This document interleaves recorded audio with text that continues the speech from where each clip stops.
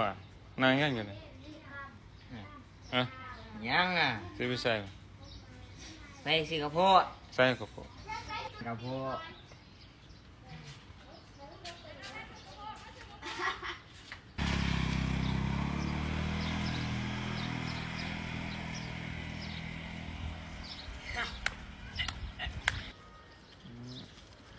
อันเท่าไรอย่างกระโพดพันหนึ่งมาได้หรอ พันหนึ่งจะเอาชั่วโมงเดียว ชั่วโมงนึง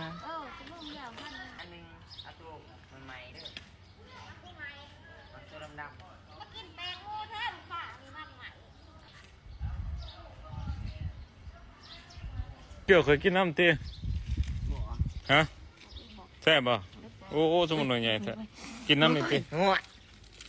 ซื้อมาเอามาเพียเอามาปั่นกันกินอยู่เนาะคนโอ้มื้อนี้เนาะอีคิวซื้อกระโพดใหญ่ทุกคนพี่ล่ะเอามันกระโพดเนาะ ไอ้เบิ้งเราบอกหัวขวดนี่ อู้ฟักบักใหญ่ทุกคนโอ้คุณอ่ะเต็มฟ้ามือเลยหน่วยเท่าไหร่นี่ 15 หน่วย10,000ทุกคนเนาะ